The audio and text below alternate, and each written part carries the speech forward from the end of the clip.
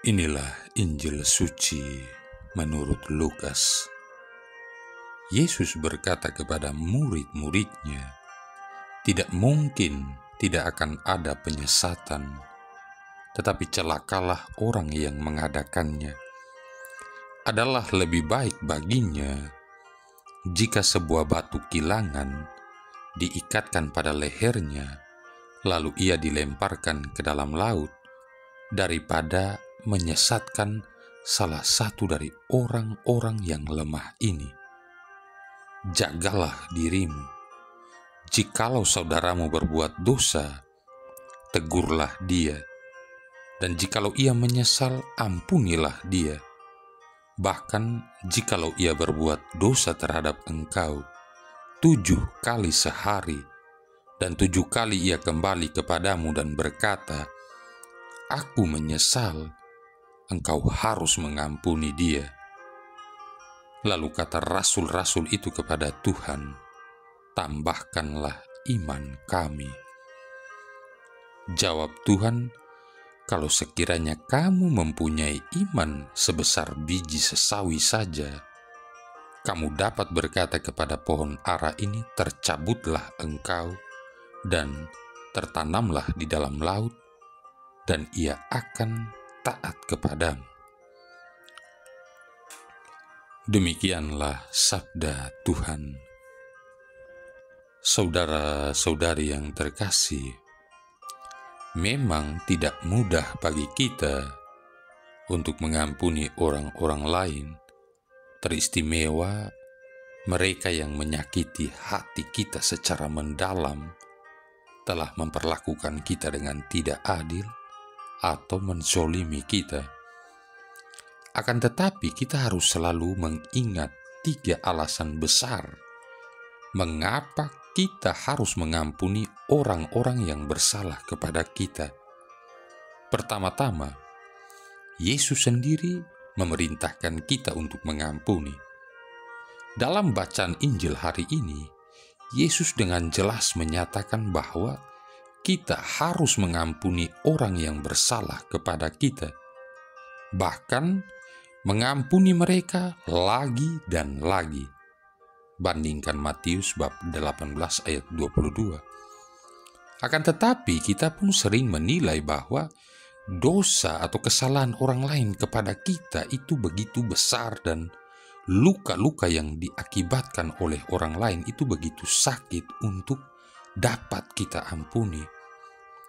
Pada tingkatan ini, ingatlah bahwa Yesus tidak akan meminta kita melakukan sesuatu yang kita tidak dapat lakukan. Sederhana saja, kita harus belajar bagaimana mengampuni. Jika tidak mampu mengampuni, untuk apa kita mendoakan doa Bapa kami? Adalah lebih baik jangan pernah mendoakan doa Bapa kami jika kita belum mau atau belum mampu mengampuni. Jika kita berdoa doa Bapa kami tanpa ada pengampunan, maka sama dengan kita membohongi Tuhan Allah. Saudara-saudari yang terkasih, yang kedua adalah baik bagi kita untuk mengampuni. Dengan mengampuni orang lain, kita membuat diri kita terbebaskan dari kepahitan yang merusak, yang menggerogoti hati kita, bahkan yang dapat menjadi sedemikian kuat sehingga membawa dampak buruk atas kesehatan kita. Dengan mengampuni, kita membiarkan pergi segala beban penolakan yang sedemikian. Jangan pula kita melupakan salah satu sabda bahagia Yesus. "Berbahagialah orang yang berbelas kasihan, karena mereka akan beroleh belas kasihan." Matius bab 5 ayat 7. Yang ketiga, belas kasihan dan pengampunan kita dapat juga mengubah hati orang-orang lain. Apabila kita memperlakukan seseorang dengan respek dan penuh martabat, walaupun orang itu telah menyakiti hati kita, maka kita dapat membantu melunakkan hatinya.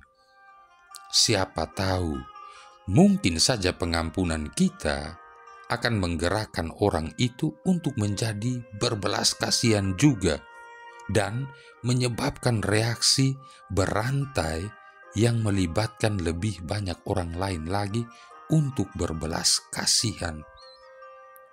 Jadi apa kiranya pendapat kita?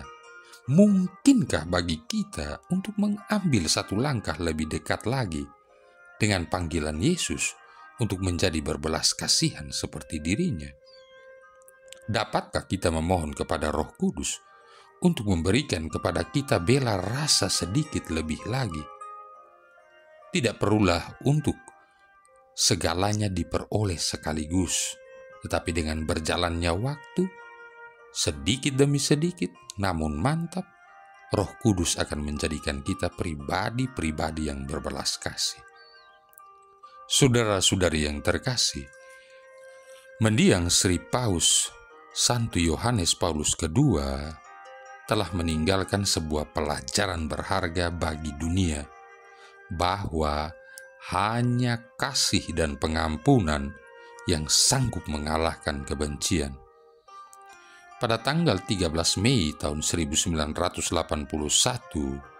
merupakan hari yang tak akan dilupakan umat Katolik sedunia. Saat itulah Paus Yohanes Paulus II ditembak di lapangan Santo Petrus, Vatikan. Pelakunya adalah Mehmet Ali Aksa, seorang residivis asal Turki yang menembak beberapa kali ke arah Paus Yohanes Paulus II. 4 peluru mengenai Paus Yohanes Paulus II, 2 bersarang di perut dan 2 lainnya mengenai jari tangannya. 2 turis yang ada di dekat Paus Yohanes Paulus juga terluka, dan Ali Aksa sempat membuang pistolnya ke bawah sebuah truk sebelum ditangkap oleh Camillo Kibin, kepala keamanan Vatikan. Di hadapan polisi, Ali Aksa mengatakan awalnya dia berencana pergi ke Inggris untuk membunuh raja. Namun setelah mengetahui Inggris dipimpin seorang ratu, niatnya batal. Pria Turki tak akan menembak perempuan. Demikian ujar Ali Aksa saat diperiksa polisi. Dia kemudian mengaku lagi memiliki kaitan dengan organisasi pembebasan Palestina PLO yang langsung dibantah oleh organisasi itu. Para penyidik yakin pengakuan itu telah dilatih berulang kali sebelum serangan dilakukan agar membingungkan polisi.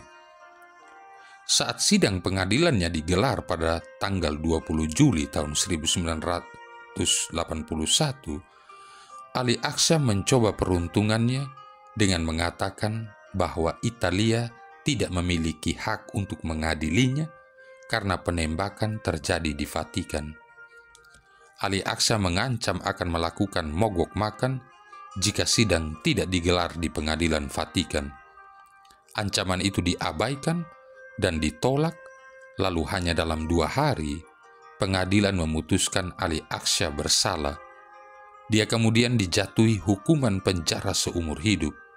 Tetapi Ali Aksa dibebaskan pada tahun 2010 setelah mendapatkan sejumlah keringanan hukuman dan adanya perubahan dalam undang-undang pidana Italia. Setelah sembuh dari lukanya dan mengetahui Ali Aksa di penjara, Paus Yohanes Paulus II meminta umat Katolik mendoakan pria Turki itu. "Saya sudah memaafkan saudara saya itu," kata Paus Yohanes Paulus II. Pada tahun 1983, Paus Yohanes Paulus II dan Mehmet Ali Aksa bertemu dan berbicara berdua di Lembaga Pemasyarakatan Rebibbia, Roma. Selain itu, Paus Yohanes Paulus II juga bertemu dengan Ibu Ali Aksa pada tahun 1987 dan kakaknya Muhsin Aksa 1 dekade kemudian. Meski pernah mencoba membunuh Paus Yohanes Paulus II, tetapi hubungan Ali Aksa dan orang yang hendak dibunuhnya itu semakin erat. Bahkan pada tahun 2005, saat Paus Yohanes Paulus II terbaring sakit, Ali Aqsa mengirimkan surat dan mendoakan Paus agar cepat sembuh. Pada tahun 2008, Ali Aqsa pernah meminta untuk mendapatkan status kewarganegaraan Polandia dan ingin menghabiskan hidupnya di negeri itu. Pada tanggal 27 Desember tahun 2014, Ali Aqsa mengunjungi makam Paus Yohanes Paulus II dan meletakkan karangan bunga. Marilah berdoa.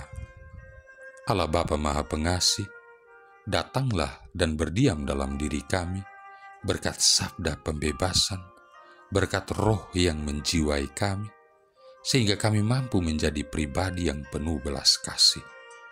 Dengan pengantaran Yesus Kristus Putramu Tuhan kami, yang bersama dengan Dikau dan Roh Kudus hidup dan berkuasa, satu Allah sepanjang segala masa. Tuhan memberkati kita sekalian, Bapa, Putra, dan Roh Kudus.